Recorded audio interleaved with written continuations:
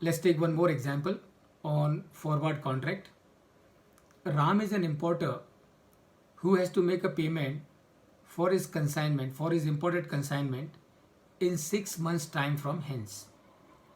In order to meet his obligation, payment obligation, he has to buy dollars 6 months from today.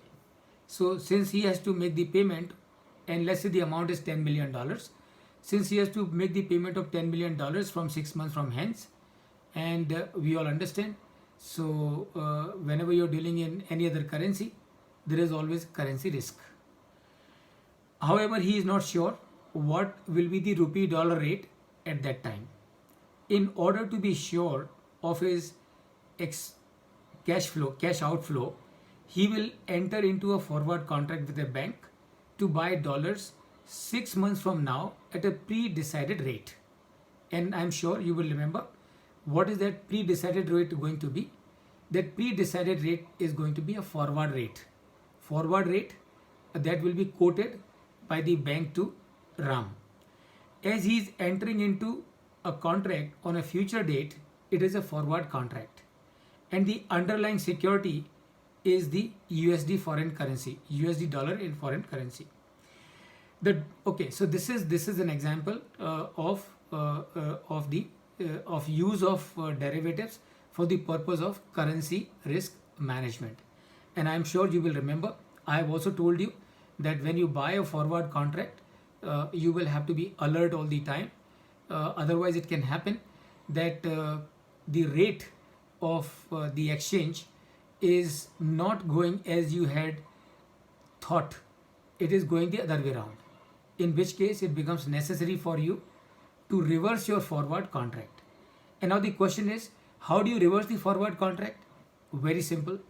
So when you thought that the dollar is going to appreciate, rupee is going to depreciate, and therefore you are worried that you may have to make more rupee payment than what you would have done today. So you want to freeze your risk, and that is why at that time you bought a forward contract for $10 million. Now your view has changed because you have realized that what is happening in reality in the market, the dollar is not appreciating, rupee is not depreciating. On the contrary, what you are seeing, rupee is appreciating, dollar is depreciating, and that means what? That means you do not have to worry about the risk management. On the contrary, based on the current scenario, you will automatically will have to pay lesser rupees for the same number of dollars because rupee is appreciating, dollar is depreciating. So now what you do? To reverse your earlier forward contract, you will enter into another forward contract with the same bank, same amount, and same maturity. And meaning what? Meaning earlier you had bought a forward contract. Now what you would do? You will sell a forward contract. So you will sell a forward contract of $10 million for the same maturity date, and as a result of this, automatically your forward contract will get nullified with long forward contract will get nullified with the short forward contract. And that's how what you would have achieved. You would have achieved the further losses to yourself. So this is how is the example on the forward contract. तो लेकिन जैसे पहले मैंने 6 महीने का लिया forward contract, और बाद में मैं मॉनिटर कर रहा हूँ और मुझे लगा कि 5-6 महीने में जाके पता चला कि जो सिनेरियो चेंज हो गया है. राइट. तो अब तो मैं 1 महीने का लूंगा खाली. Absolutely.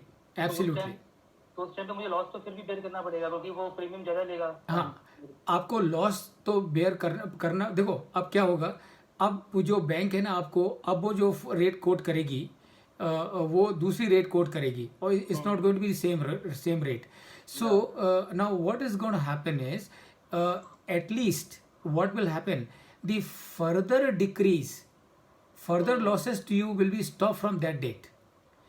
It will be at some cost, definitely, because the day you will be signing a reverse short forward contract. तो जब आप short forward contract sign करोगे अनिल, तो obviously जो बैंक आपको रेट कोट करेगी, because earlier you bought dollars, now you are selling dollars to the bank. $10 million to nullify the contract. So the rate that the bank will quote you will obviously will have their own margin built into it, but your loss will be stopping from that day onwards. So the better option will be to go for option instead of a forward contract. Exactly. So that's what I was saying, that this risk is always there in case of the forwards, and therefore the better option will be to go for options. Go for options, certainly.